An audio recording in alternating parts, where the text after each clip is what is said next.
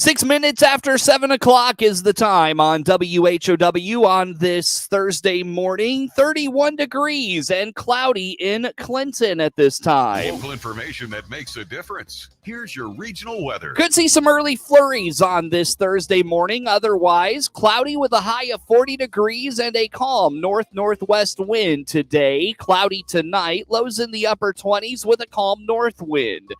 Cloudy skies on Friday, highs in the mid-30s, and east wind at 10 to 20 miles an hour. Snow likely Friday night, lows in the lower 20s, 1 to 2 inches of new snowfall in the overnight Friday. A gradual clearing on Saturday with highs in the upper 20s, northeast winds at 15 to 25 miles per hour. Clear skies Saturday night, lows around 13 degrees. Sunny Sunday, a high of 30 degrees. Into next week, Martin Luther King Monday, mostly cloudy and highs in the lower 30s. Right now, temperatures across central Illinois. It's cloudy in central Illinois to start the day. 30 in Bloomington, 31 in Hayworth and Leroy, 30 in Farmer City, 30 in Champaign, 31 in Monticello, 34 in Decatur, 31 in Mount Pulaski and Lincoln, 35 degrees in Springfield, 32 in Peoria. 31 degrees under cloudy skies in Clinton. Northwest winds are calm, 91% humidity, and 10 miles of visibility on this Thursday. Get the latest in local weather at DeWittDailyNews.com. From regional radio, DeWittDailyNews.com, and the WHOW app. This is local information making a difference. Top of the morning, it's 8 minutes after 7 o'clock. Coverage of news on this Thursday is brought to you by Baum Chevrolet Buick in Clinton, your Silverado headquarters. Next week, the annual DARE program kicks off in Clinton Elementary School. Clinton Police Chief Ben Lowers is one of the certified DARE instructors in the community and explains the curriculum focuses on effective communication and obviously drug and tobacco and alcohol awareness, but it's been modified over the years to address the issues of the day. This is my 7th year as a DARE officer and Officer Bennett's 3rd year teaching DARE in the schools. So we always look forward to it. You know, it comes around quickly, and we've got 10 weeks of a DARE curriculum ahead of us. We stretch it out to about 12 weeks because we add a couple things of our own. And quite frankly, I step outside of the DARE curriculum and get a little bit on a soapbox about social media with the students, responsible use of that. You know, I do think being old fashioned, I think, 10, 11, 12 years old is pretty young to have a cellular phone or a smart device, but it is becoming more common. And that's something that we dive into, and we talk pretty significantly about that. And also the bullying topic that we discussed, that is part of the DARE curriculum, but we take that just a little bit further because it does seem to be a pretty significant issue, not only among our children here locally, but it's a nationwide issue. But, Seth, as you've heard me say, there's a great big ocean out there. We're responsible for this small puddle here, and we do the best that we can, here on our local level. So we look forward to DARE.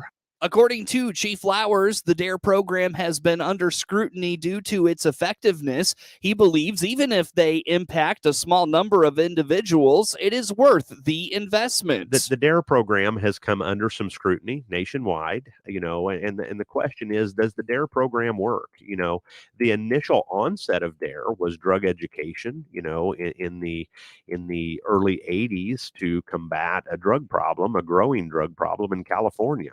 They through science, they decided that early education and early awareness would be a tool to fight drug use later in life. And the question is, does the DARE program work? And you know what? I've heard the support of it. I've heard the scrutiny of it. It's hard to say, but I think if you reach one individual or a handful of individuals, you've accomplished something there. For Chief Lowers, the DARE program also provides positive interactions between law enforcement and the kids in the school. The reality is many kids have already had negative interactions with law enforcement, but the chief feels the positive nature of the program could change some of those perceptions. But as you've heard me talk about before, the one thing that the DARE program absolutely provides is a positive interaction between our 5th grade students and the law enforcement community. Regardless of the topics that we discuss, it is a very upbeat, very positive program. And I think that comes down to the individual instructors. Myself, I love to work with the kids. Officer Bennett is very well respected, has a great time with the kids. And it just provides a different atmosphere and a different encounter with law enforcement. Unfortunately, as you've heard me say before, some of these kids that we encounter have already had law enforcement interaction, whether it's through situations at home or a traffic stop or something else. But some of the students, some of the children, have been exposed to domestic violence and things like that. And so this provides a different light, a different aspect, a different encounter with law enforcement, and certainly on a much more laid back scale. And we hope that if they've had some type of a negative interaction, that we can overcome that and move forward from that 10, 11, 12-year-old age frame with a positive outlook on law enforcement. And so from that regard, every moment that we spend in the classroom is well worth it. Chief Flowers explains while the program is centered around drug awareness, they actually only spend one lesson on the dangers of drugs and instead focus on effective communication and making good choices. And I guess it would be fair to say that we use the DARE curriculum as a baseline and we follow that. And to go back to that, the general public and most people, when you think of DARE, that's exactly what you think about: drug abuse resistance education. And that's what DARE is. But we actually only spend one lesson out of a 10-lesson curriculum talking about alcohol, tobacco, and drugs. The rest of it is we talk about bullying, as we've talked about. We talk about peer pressure. We talk about positive communication. We talk about self-esteem. We talk about effective listening, and all those things can then be directed back to making good choices. And obviously the good choice is to not use drugs, but we don't really focus and drive that home as much as what we're trying to build is confident, good communicators who are then capable and have the tools to make good choices, whether that's about drugs, whether that's about alcohol, smoking, tobacco, things of that nature, or peer pressure of bullying, peer pressure of irresponsible use of social media. Bullying is also a big topic of conversation, and the chief tries to instill lessons of understanding that things kids send to each other on social media never really go away. The state of Illinois is looking to be in good shape this year, and a central Illinois lawmaker recently discussed some of the things it has going for it. State Representative Dan Caulkins says federal COVID money of the last few years has propped up the Illinois budget, making it look good, but he also points out many revenue sources are also showing positive signs. We've been very, very fortunate. I think there's like 100 and I don't know how many, there's billions of dollars that have been pumped into Illinois by the federal government that's propped up our budget, made it look good. But one of the ways it's happened is the unemployment fund. The paid has made the income tax receipts look good. Online purchases.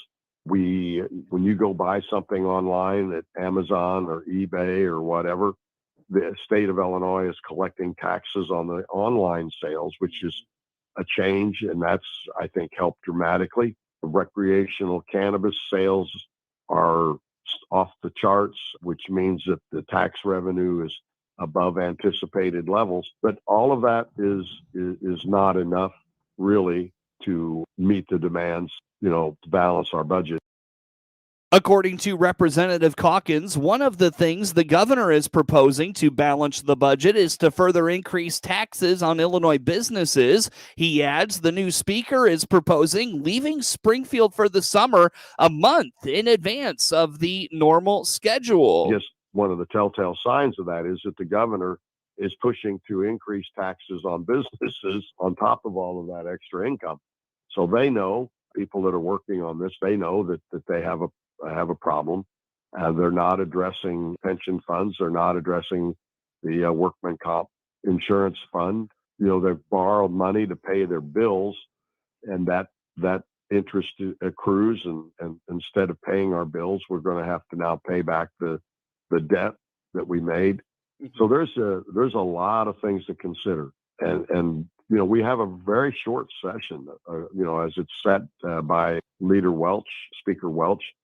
We're supposed to be out of Springfield the first week of April, which is about 8 weeks sooner than normal. Normally we go all the way through Memorial Day weekend to try to get a budget passed. So there's a looming deadline, and hearings have to be held and budgets have to be presented. Representative Caulkins says it's very likely Illinois Democrats will cram through a budget, but he also notes there is a process they have to follow and has not had any indication Democrats have started that process yet.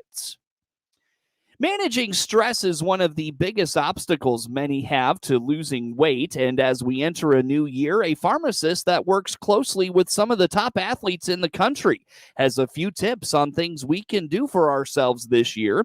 Dr. Jim Lavelle is a clinical pharmacist and the clinical director of the Pro Football Hall of Fame Performance Health Program. He explains something you can do just a few times a day for a few minutes at a time is called box breathing. First of all, simple, couple times a day. You could do it at noon. If your day starts off stressful, you can do it in the morning. You could do it at noon. You could do it when you come home at the end of the day. I like doing box breathing, and I teach people how to box breathe. It's a real simple technique that resets your nervous system.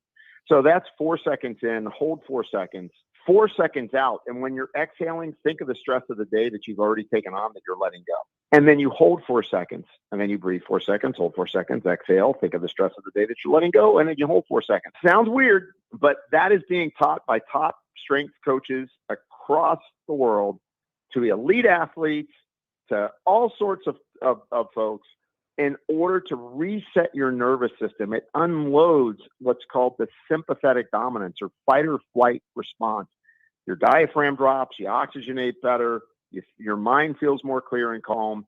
That's a simple thing. And you only got to do it a couple minutes, like 3 minutes twice a day will go a long way. And at the end of it all, at the end of your 3 minutes, you just want to be grateful for something. It's proven that part's really important too. So that's a non-say supplement technique.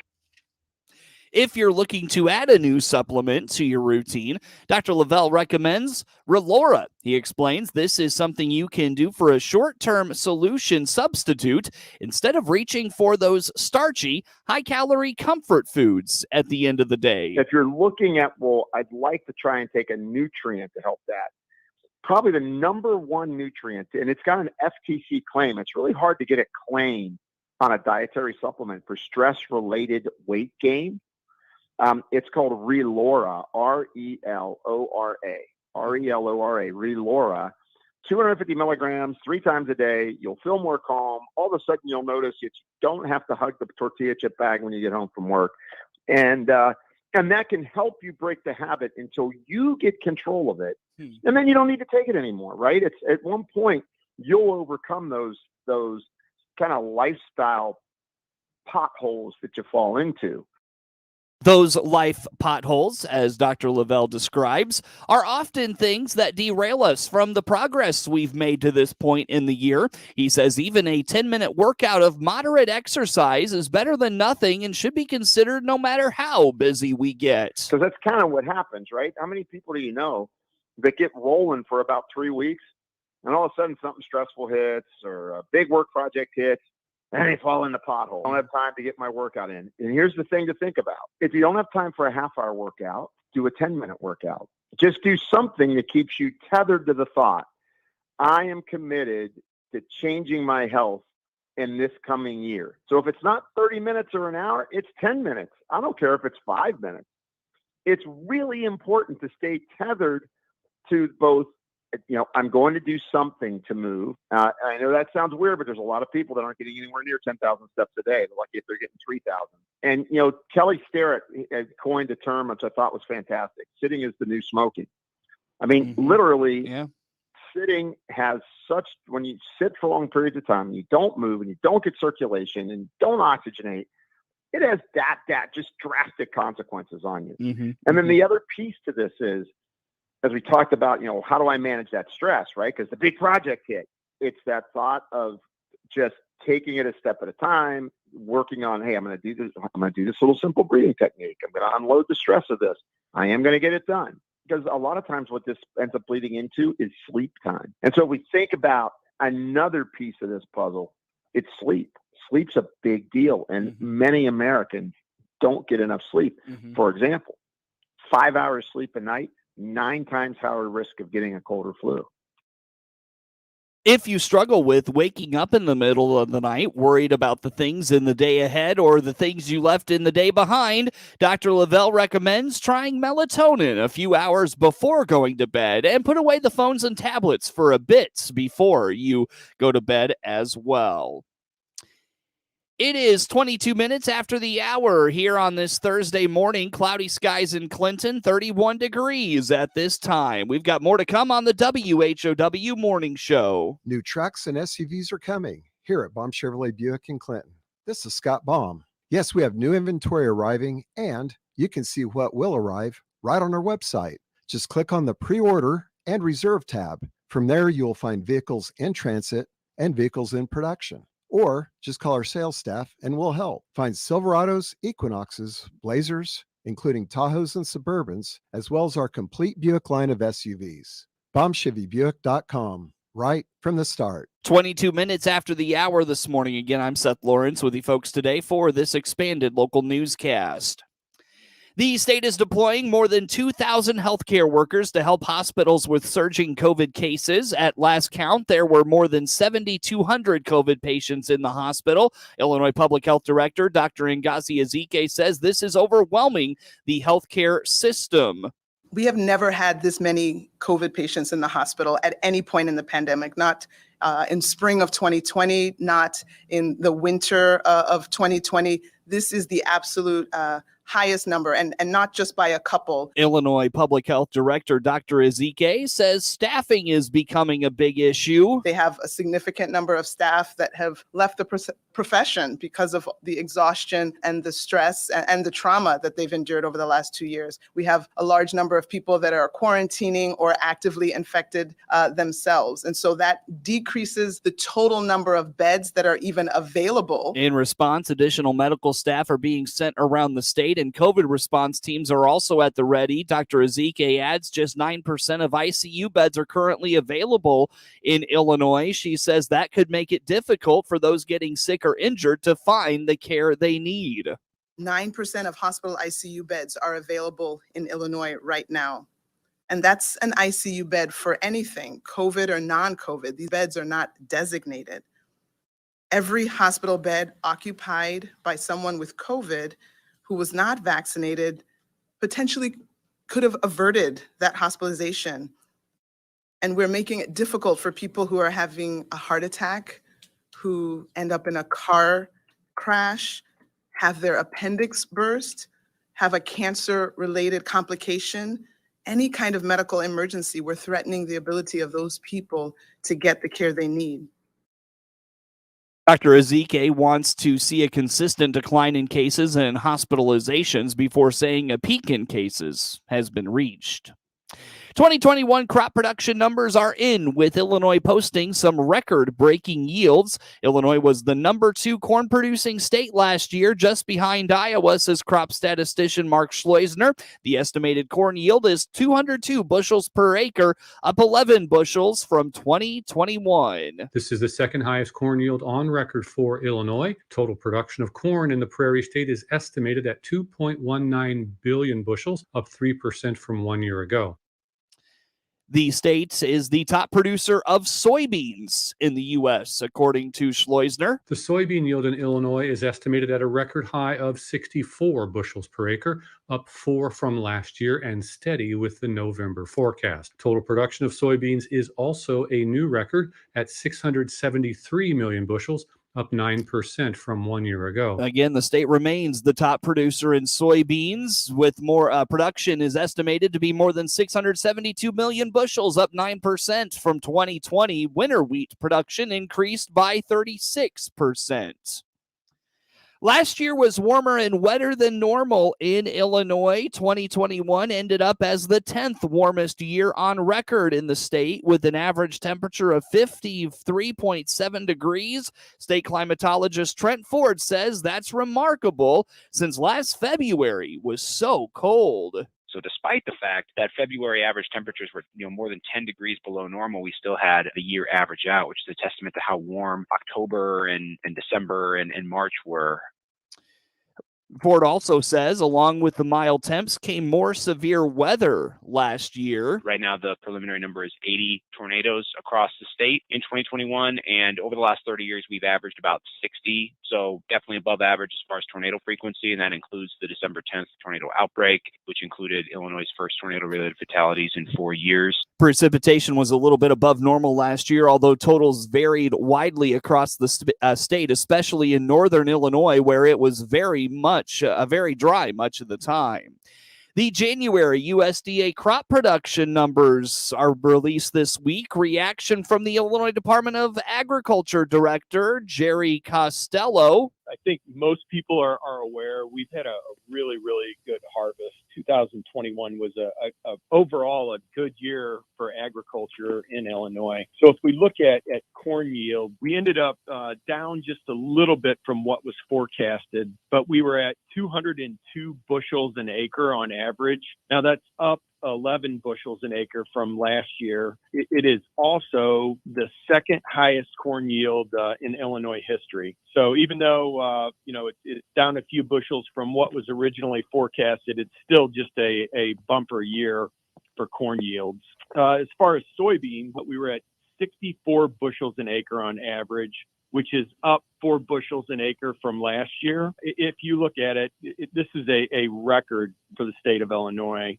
Obviously thrilled with still being the number one producer of soybeans in the United States. It's also a record high of 673 million bushels an acre for soybeans. The Illinois wheat yield averaged 79 bushels per acre, breaking the 2017 record of 76 bushels an acre. Saying it is the worst blood shortage they've seen in over a decade, the American Red Cross is predicting a national blood crisis. There has recently been less than a one-day supply of critical blood types and has had no limit blood product distributions to hospitals, and at times as much as 1/4 of hospital blood needs are not being met. Red Cross spokesman Joe Zidlow says it's a dire situation. Usually this time of year, we'll have a conversation. We'll say it's an emergency need for all blood types. This is actually worse than that. When emergency need means we have less than a day supply. When we're talking national blood crisis, it's probably less than about a half-day supply, and that's not good. That demand is really far outweighing, the supply that we have, and that's why hospitals have to make these decisions, because they're not getting the full assortment of blood products that they need. Anyone that donates before January 31 will be eligible for a chance to experience the Super Bowl live. You can donate at any of a number of blood drives coming up this month. You can find out where to give blood at redcrossblood.org. It is 29 minutes after the hour. Coverage of news today is brought to you by Baum Chevrolet Buick in Clinton, your Silverado headquarters.